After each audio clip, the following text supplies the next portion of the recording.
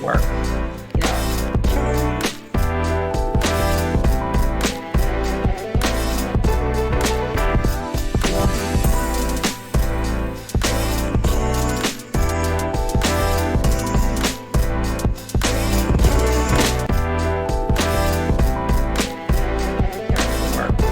You know, care for the work.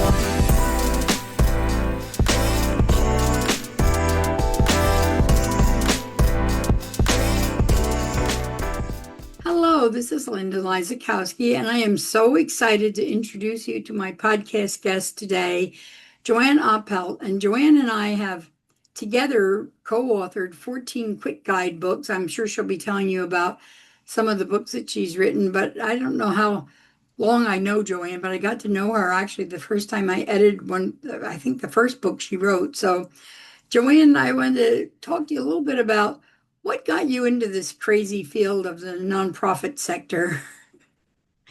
Well, in high school, I took a job as a church receptionist, and I liked the feeling of serving other people, although I didn't care for the work. It was so. And then after college, I went into teaching and found that I liked the teaching part of what I did. But after about a year and a half, it became rote. So when I went to graduate school, they said, "Do you want to go on to the insurance side of things?" I got a master's in health administration. They said, "Do you want to go on the insurance side of things?" I said, "No, I can't make decisions based on people's health, based on money." They said, "Well, you're perfect for hospital administrator." I said, "Well, it's the same reason I can't make decisions based on people's income levels and neighborhoods. I'm going to go into nonprofits." And ever since I went into nonprofits, my first professional job as a nonprofit leader was program development manager, where I was responsible to grow programs and to find the funding for them so that they could be implemented. And I love it. Great. I know you've been in nonprofit leadership for a while. So what made you decide that you wanted to move up into leadership? Because sometimes you do make tough decisions in leadership, but what made it worthwhile for you to be in leadership in the nonprofit sector when you weren't interested in those other fields? Well, I I'm an oldest, so I'm a natural leader in terms of I had four brothers and sisters um, behind me. And I gravitate towards that leadership role anyway. Plus, I like leadership. I have a systems way of thinking in terms of organizational development or in terms of family systems or organizational systems. And I can also see the details. I'm more of a conceptual thinker than I am of a detail thinker, but that just means I surround myself with people who love the details. And I find that role fits really well for me. Early in my career, I got in trouble for being too leadershiply and not knowing my place. Oh, no. Well, that happens sometimes, doesn't it? But uh, I think, in fact, I think your first book, I think this was your first book. I had the privilege of editing it, was moving into the role of executive director. So, tell us what prompted you to write that, because I think you've learned a lot of lessons that you wanted to share with others as my guest, but I want to hear it from you. Sure. Well, actually, that was my fourth book, Oh, and I wrote it. I wrote it based on my journal entries for my first year of being an executive director at a suicide prevention agency. I was from the field of development. I had been a development director. I didn't know which way was up. This learning curve was steep. I had a board to deal with. I didn't know what I was doing in terms of the board relations. I was guessing. It's lonely at the top. I couldn't talk to really confidentially my staff. I couldn't confidentially talk to my board. I was seeking out other executive directors. And I learned a lot. Like, for example, I knew all about net income and making sure that there was a profit or a positive net income at the end of the year, but I knew nothing about cash flow. So I learned that cash flow is just as important as, or if not more important than net income. Things like that. Also, the awesome sense of responsibility that I felt because now it wasn't only me or a department that I was leading and responsible for, but it was really an organization that was part of the fabric of the community. And I had a responsibility not only to the department, but to my employees and to my community stakeholders who also supported the program. Yeah, I thought that I knew everything about Joanne, but I just learned something new that that was not her first book. So now I'm going to ask you to go back and tell me about the first book that you wrote and what prompted you to write that. And I'm not sure I'm aware of that book. The first book I wrote is called Confessions of a Successful Grants Writer. And I Ah, wrote it because I was at the time an adjunct professor at KU University teaching nonprofit management and grant writing. And I couldn't find a really practical, down to earth, affordable textbook. So I wrote this little 100-page jobby doer for my students, and I wrote it very accessible and very friendly and very engaging in second person language, so that they would have a guide to be able to take their theory that they were learning in graduate school and really apply it to something practical in terms of funding to their nonprofit work. great. And Joanne is probably the only person I know who's written almost as many books as I have because we wrote 14 of them together. But I believe you're up to book number 24 now. I So am. tell us about that book and what prompted you to write it. Well, my latest book is Major Gifts Ramp Up. Money is oxygen. Without it, charities can't breathe. And I really wrote it because I had gotten involved in the past 2 or 3 years before I wrote the book with an organization called Major Gifts Ramp Up. And I was becoming a major gifts counselor. And um, I went to a lot of these online virtual events that they were holding, as well as in person ones. And I realized that I didn't retain all of the information that I wanted to retain. And I wanted to learn more and give people who attended the conference something that they could fall back on after the conference. So I wrote the book based on what the conference content was like in terms of explaining the Major Gifts Ramp Up program and the different components. It also turns out to be a great training tool for anybody who wants to learn more about Major Gifts Ramp Up and a jumping off point for anybody who wants to learn about Major Gifts Ramp Up and then attend the conference. Hmm. What's unique about this book as compared to everything else that you've written up to this time? Well, the obvious is I co-wrote it with Jimmy LaRose, so there's a new co-author there. In terms of Major Gifts Ramp Up, it's a unique program. It's an innovative program. It's based on research and evidence-based data done by Clemson University, as opposed to just um, stories of what works and what doesn't work in the field. It's more than just personal experience, but it's actually evidence-based data. And there are some surprising things in that data that reveal it. For example, some of the board structures are a little bit different using the Major Gifts Ramp Up model than using the traditional capital campaign or fundraising campaign techniques. There's a different strategic planning or organizational development model that's CEO led and not led by the board of directors. There are a different way to cultivate donors.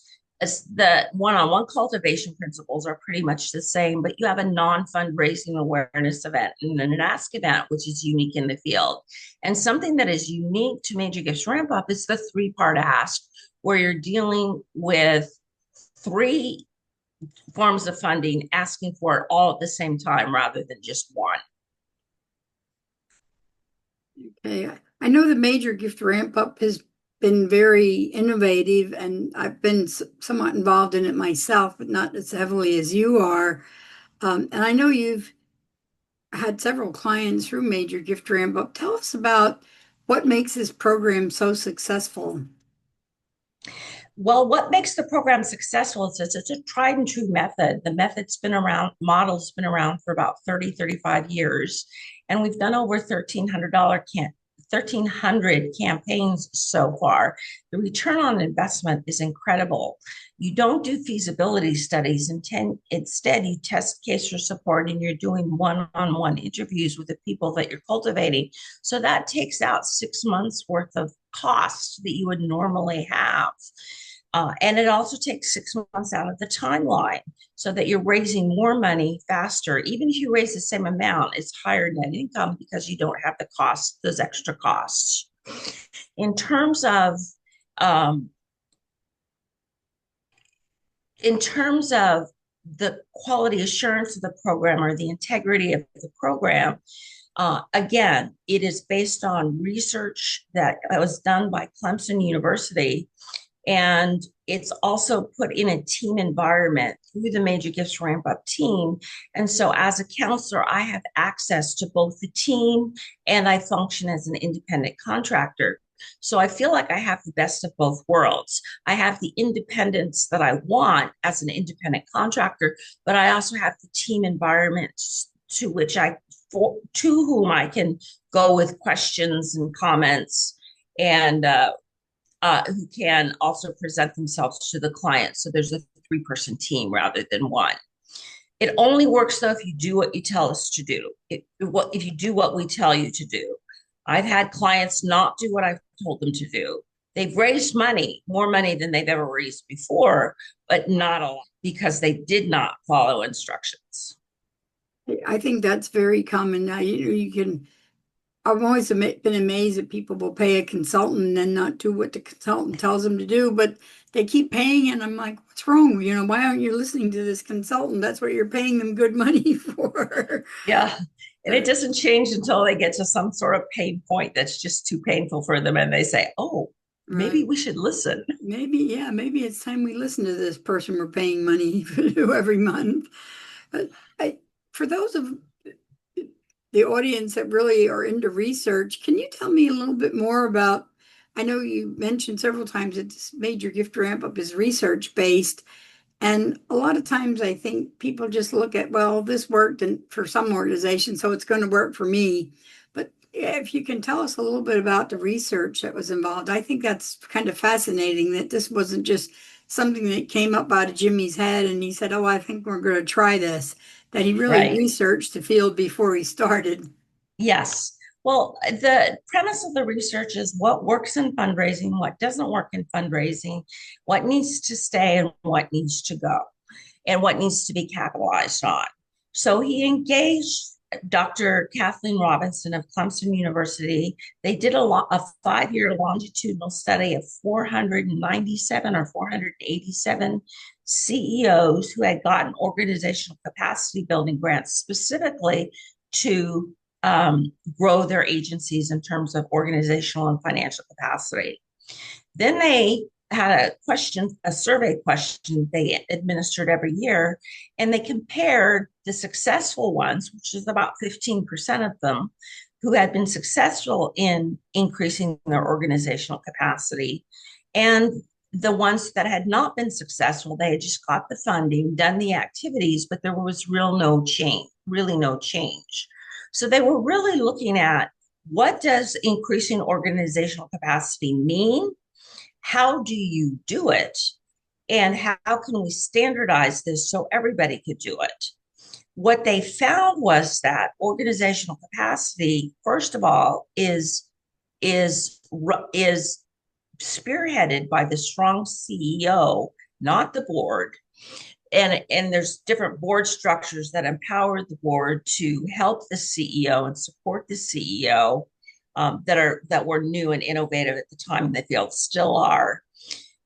They also found that financial capacity building has to come with program capacity building. So many times founders want to focus on mission, mission, mission, mission. It's so important that I deliver services or deliver programs or however you want to define mission, when in reality, you need to put financial capacity building first. And you need to focus on your donors before anything else. So they took all this research, and Jimmy then said, well, let's turn this into a fundraising model. And that's how he came up with Major Gifts Ramp Up. I think it's fascinating. In fact, just this morning I was glancing at one of the books that you and I co-wrote together on um, running a successful capital campaign. And I was reading the section that we had in there about the CEO's role. And so many times I've run across CEOs that came from a program background. They're very strong on programs. They know nothing about development and they don't understand how important that strong CEO is. And that was one of the things that really attracted me to Major Gift Ramp Up because I've worked with CEOs that have been, very committed to their program, but they know nothing about finances. They know nothing about um, development. And can you just elaborate a little bit on why that strong CEO is so important? Because I know that's one of the real foundations of the Major Gift Ramp Up that I was very attracted to. Well, the strong CEO is the CEO, period, is the only one in an organization who can guarantee that resources are going to be allocated in a certain way and guarantee that they're going to be used for their intended purposes. People who are giving 6 and 7 figure gifts want to meet with a CEO. They don't want to meet with anybody else. It's fine to have a development director, again, depending on the size of your organization, to do your 4 and 5 figure gifts. But once you get into the high 6 figure and the 7 figure or 8 figure gifts, you're really talking about the CEO who can guarantee the performance of the organization and the allocation of its resources towards that performance. The strong CEO basically needs to be able to come up with a change management plan in terms of how to get from where they are to where they want to be, and not a board of directors who are volunteers, who know nothing about day to day nonprofit management, who don't like to fundraise, who don't want to fundraise, who get persecuted because we say they're not fundraising. So it gets rid of some of that CEO board tension around fundraising as well as around strategic planning in terms of, typically there's a strategic planning retreat and there's flip charts and there's stickies, and if the world was made of gold and we had all the money in the world, what would we do? And you come up with these plans, somebody writes them down, puts it on a shelf for 2 or 3 years. In 2 or 3 years we go through uh, same process again, and the CEO has done exactly what the CEO wanted to do. Well, it flips that on its side in terms of really directing the CEO in terms of, again, using data from public sources to really define how much would it take to scale our mission and to completely solve the problem that we are addressing, and how much can I get done in the next 3 to 5 years and the next 3 to 5 years after that, so that the idea is that you have something, again, that's not coming out of your head, but that's coming out of data that's verified by other people, that the community can buy into because it is verified by other people, and that you can then make plans, again, unhindered by volunteers who don't know what they're doing and unhindered by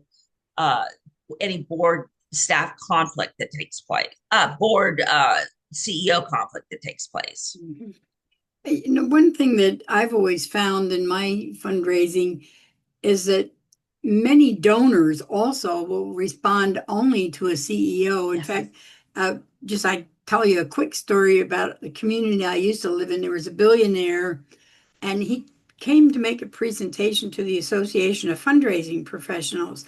And he made it very clear. He said one of the universities that he contributed to sent a development officer to see him, and he said, if you want my money, send the president of the university. I don't want to talk to a development person. I want to talk to the president. And sometimes CEOs, I think in universities, CEOs are now beginning to come from the development side, not so much academia. But in most nonprofits, they come through the ranks of program, and so they feel uncomfortable. But the donors are expecting it. Have you found that with Major Gift Ramp Up, the donors are expecting this? I have, and I've been working with a client who's it's founder, mission oriented, got to get the programs underway. They spent a year and a half putting the programs first. They're in debt.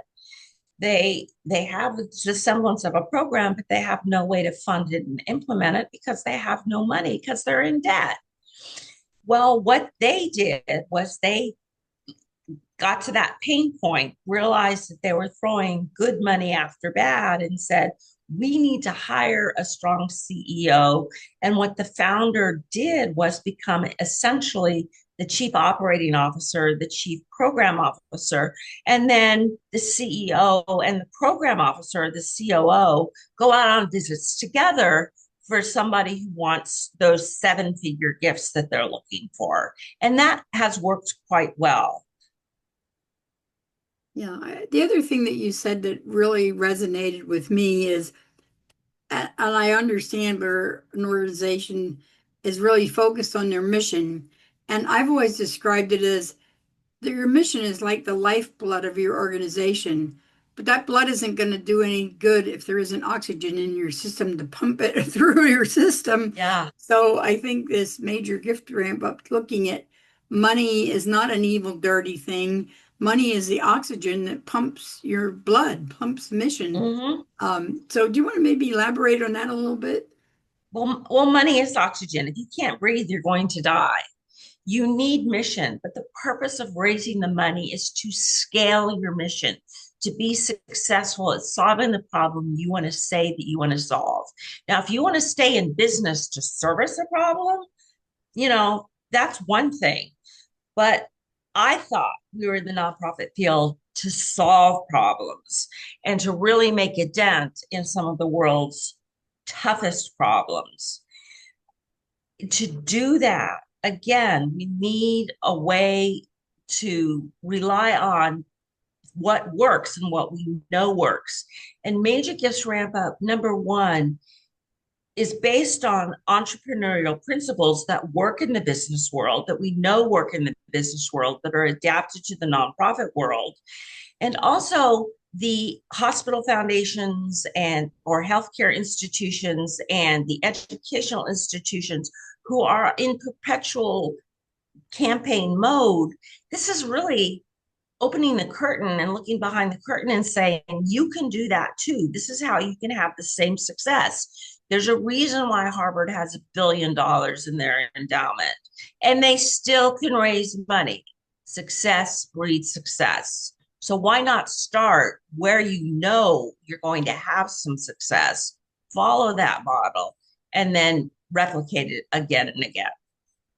I think that's so true. Can you tell us about, maybe without giving names, maybe one really successful story that you saw through your involvement with Major Gift Ramp Up, that maybe an organization who never thought they could do this ended up doing it? Sure, I was working with an organization who was 98% government funded. They had millions of their operating budget was around 20-25 million, and like 2% of it came from individual donors. They had 21 individual donors total. And these individuals, donors, there was one who gave at the Major Gifts Ramp Up level who was giving $10,000 a year. What we did was we invited her to a non-fundraising awareness event. We met with her after a non-fundraising awareness event, to listen to her story and to listen to what was important to her. She was already invested. We knew that. We just didn't know how much and in what way.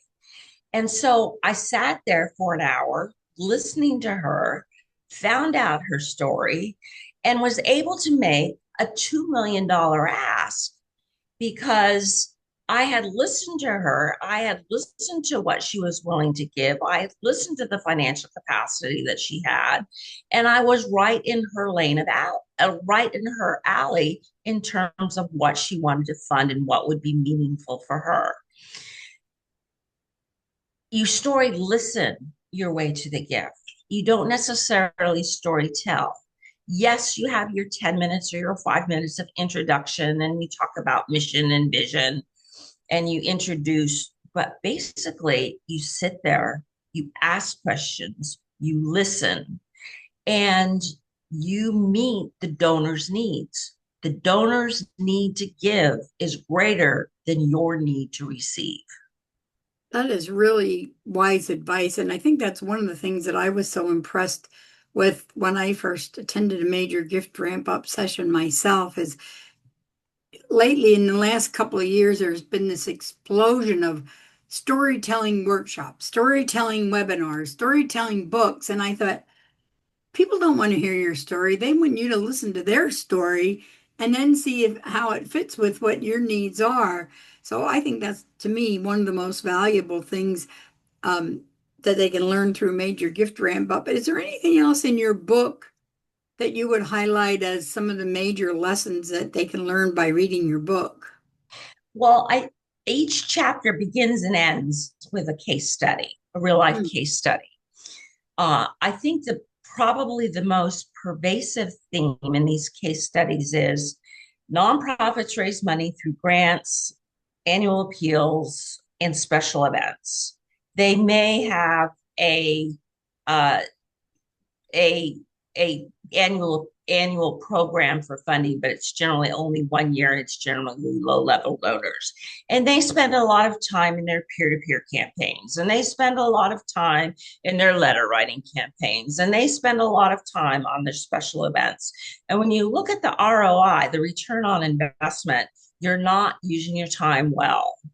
So number one, the book explicitly states this is major gifts is what raises the highest ROI, takes the least amount of time, raises the most money at the least amount of cost or using up the least amount of resources than these other things, and explains why. And then it gives the stories of what happened, how this was not meeting nonprofits' needs, and someone who did it dared to do it differently, and what happened in their case.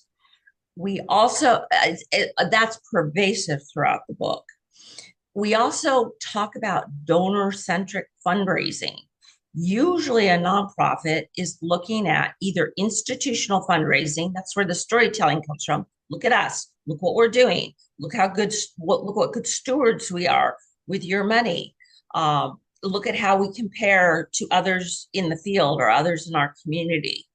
When really what you're doing is coming from the donor's point of view, so that number one, although you have like a case for support that is compelling, you test it with each individual person and you tailor that conversation to what you hear.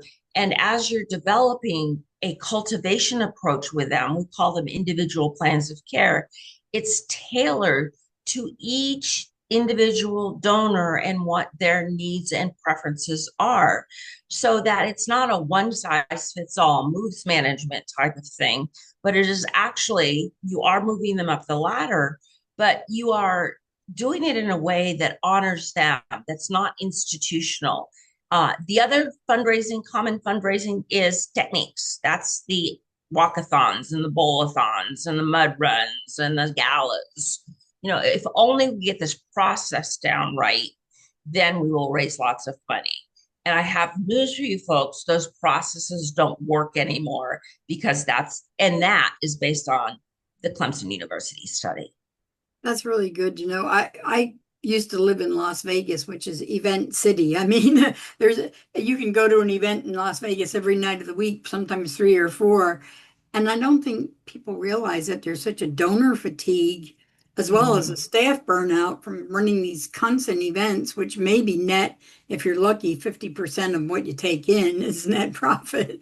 So the one thing that you mentioned then before we end, I want to go back to something you said about the three-part ask, because I think that's so important that people aren't nickel and dime. Like this week we're having an event. Next week we're sending our annual appeal letter, and next month we're gonna have a rubber ducky race. people get so tired of that. Now we need a capital campaign. So Right. tell us a little bit about three-part ask and why that's so successful. So it is rooted in your case, it's presented in your case for support as part of the budget. There's an operational ask or an annual fundraising goal. There is a capital ask or a one-time project goal, not necessarily a lot of capital, but one-time project. You put in new programs that you're going to start, and you also do an endowment goal in terms of reserve funds or money for a rainy day or something to put aside like that. What you're doing when you go to ask, because you've done organizational development, you know how success you define success, you know how much it's going to cost to reach there. You've scaled your fundraising efforts to meet the yearly timelines that it would come. You're doing a 3 to 5 year campaign. So you go to a person and you say, we thought you would like to support our continuing operations at $100,000. We thought you would like to have one of these new buildings named after you for $500,000. And not tonight, but in a couple weeks, I'd like to get a hold of you to talk about what role your estate plan could make. Number one, you have a 3 year commitment. It's less time on you and less time for the donor. Number two, you've presented your whole budget, not just one piece of it, but the whole budget, all the revenues, all the expenses. They know exactly what they're supporting.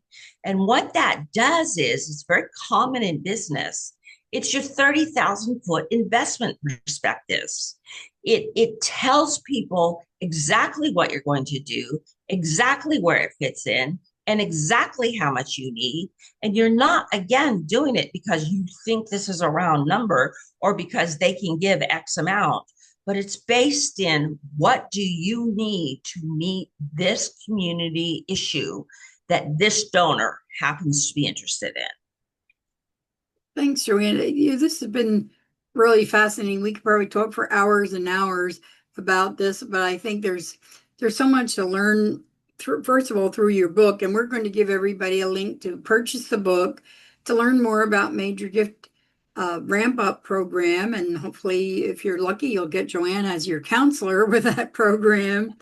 Um, and also we'll give them an email that they can touch base with you directly, because I think people have a lot of questions about that. It is innovative. It's a different approach than perhaps you're accustomed to, but I have found it really fascinating. And I know Jimmy LaRose for more years than I care to even think about. I met him way before I ever met Joanne. And when she reintroduced him to me, it was like really fantastic. So I think it's a program that you should really look into, because it does save you time, and in the long run, it saves you money, and you're going to raise a lot more money. But before we wrap up, Joanne, is there anything that we missed talking about that you would like to add? I don't think so. I think that I would direct people at this point to the brand new launch of the website, the new Major Gifts Ramp Up website. Mm, And in it, you will see that we do fundraising campaigns, capital campaigns, endowment campaigns, and what we call replacement campaigns for those nonprofits who are losing a large chunk of their funding. It's all covered under Major Gifts Ramp Up, because then you are making the 3 part ask. You're not just asking for one of those, but it does go through, it has a lot of return on investment information in terms of how much it costs these nonprofits to do Major Gifts Ramp Up and what their budgets are today and how much they've realized because of it. There's testimonials. It's really, really, really a good source of information. And it can be found at majorgiftsrampup.com. The book is available on Amazon. Just type in Major Gifts Ramp Up and you'll find it. great. And I think this is really valuable to anybody listening. If you want to cut your workload by 2/3 and do a three-part ask all at one time, trust me, it's a valuable tool.